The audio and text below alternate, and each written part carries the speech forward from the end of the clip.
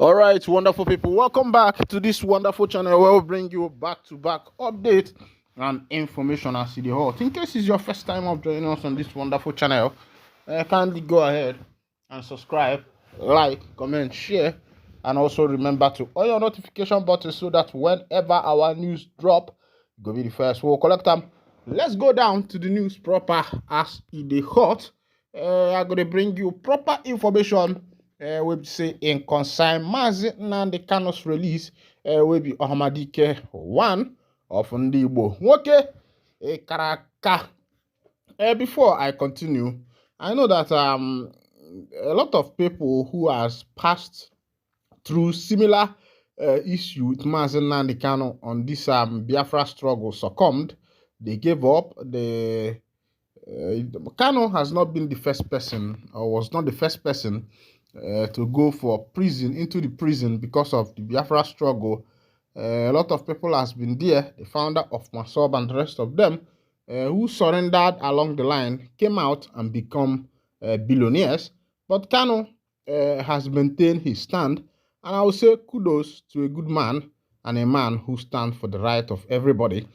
Meanwhile, as CDB, Nnamdi Kanu finally meets Lego team as DSS DG lifts restriction.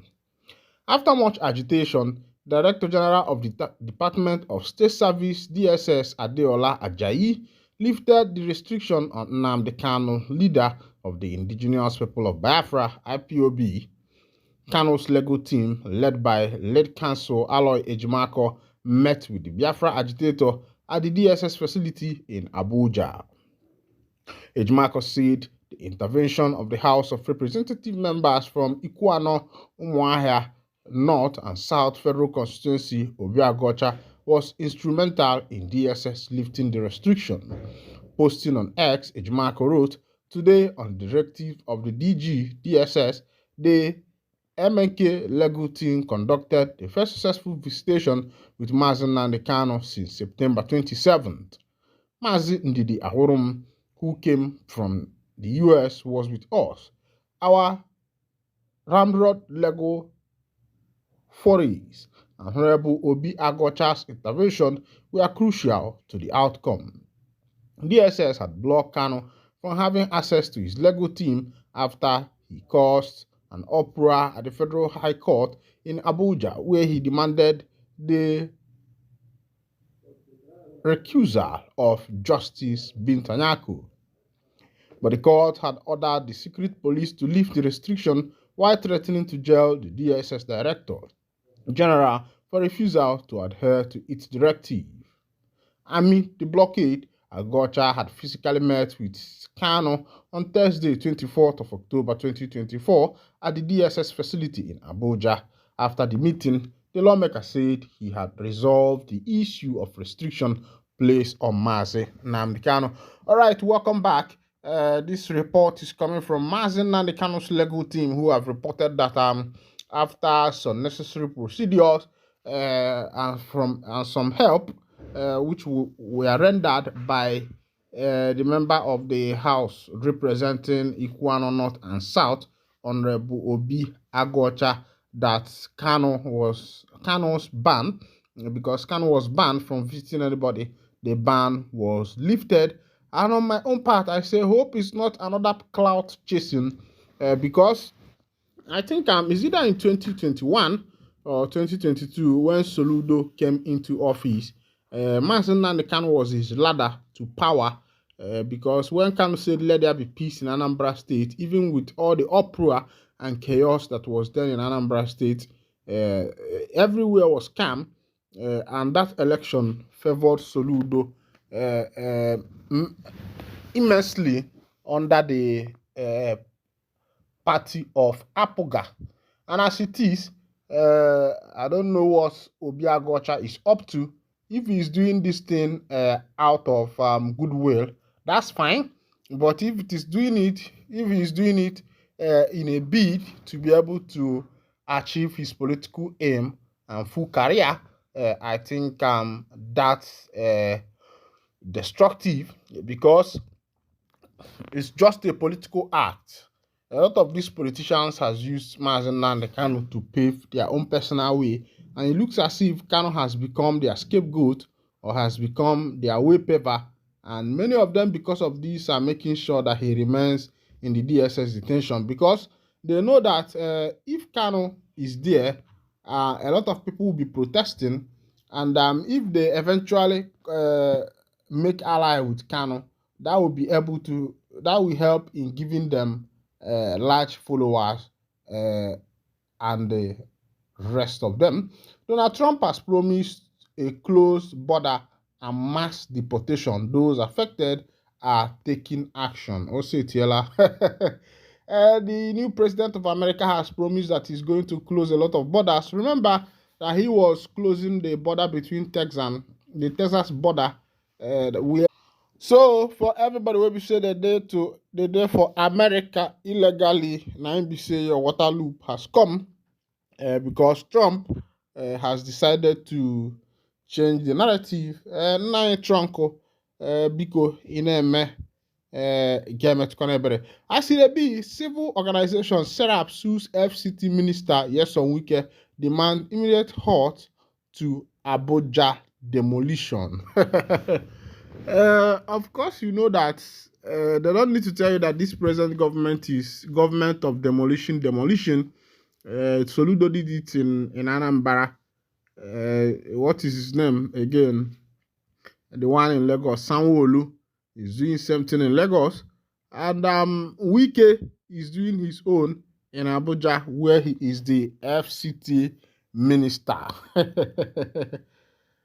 They say that he gets some officers who will be saying that then they protect foreign hackers on illegal duty. Oh, shit,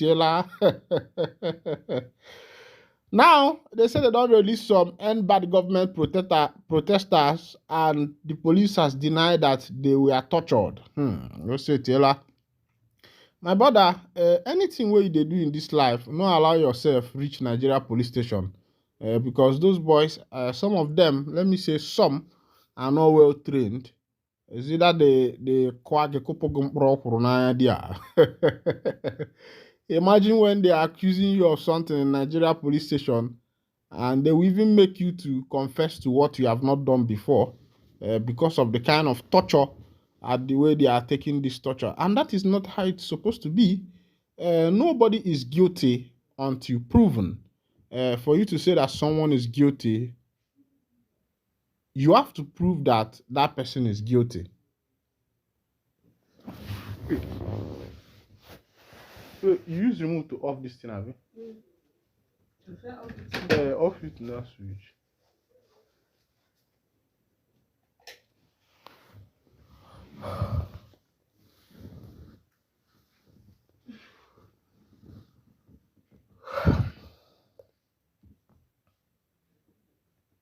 Rise up, they say, person don't go there inside water, soap go to enter in eye, and this one not just be water, na river, soap go to enter in eye. They say they go use their hand, wash their soap, we say they enter their eyes, and that one na proverbs or idiom na they give. But I see they be, the men of the RIG boys, them boys come here and they say, they go leave the Fulani headers come they pursue the BLA them.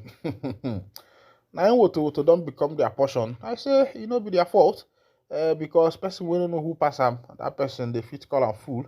He go answer. Meanwhile, I see the troops launch manhunt as Lukarawa intensify killing in Sokoto and Kebbi. Of course, I brought you this information if you have been one of my fans and one of our followers for this channel and on our channel. I've brought this information before about these Lukarawas. They say this one now the new type of terrorism where we say they start now. Sometimes I wonder who they push all these things. But somehow our people say that a river does not go through the forest without bringing down trees. And that is to show there must be some credible, well-informed politicians where we say they are evil hand. They for this thing, they are monkey hand. They say person wey be say they put monkey hand for plate, say make he come out am before he go turn to human being hand. So now in the Igbo say na arụgba afọ ọbụrụ omenala. The politicians have decided to be gaining from insecurity and the blood of their subjects, their populace, people who they are supposed to be protecting. And now, they are now the carnivorous animals that is eating of the people. As it be, the acting chief of army staff, Lieutenant General Olufemi Oluyode, visited the 8th Division of the Nigerian Army in Sokoto on Sunday as part of the efforts to combat the new terror group, Lukarawa. Olukoyede ordered the troops to crush the new terror group, which was reportedly including youths in the state, into the its fold. The defense headquarters had last week identified Lukarawa as a new terror group operating in Kebbi and Sokoto State. Director of Defense Media Operation Major General Edward Boba said the terror group is affiliated with jihad factions in Mali and Niger, rising security concerns in the northwest region of the country. The emergence of the group is linked to the political instability in Mali and Niger, which has fueled the spread of extremist elements into Nigeria. He explained that this group is a direct fallout of the political instability in these neighboring countries, he said. Speaking with newsmen in the Masalachi community in Tangaza local government area, Oluyede called on the residents of the community to always give accurate and timely information to the troops to help them in the fight against insecurity. I am here to assess my troops. You see, there will always be challenges. The issue is how we react to these challenges. One of the reasons I am here is to charge up my soldiers to rise to the challenge, and that we shall do. My charge to the community people is for them to support us. If we don't get their support, we can't succeed. If we don't succeed, that means the country won't be secured. We need the support of Nigerians so that we can have economic prosperity in the country, Oluyede stated.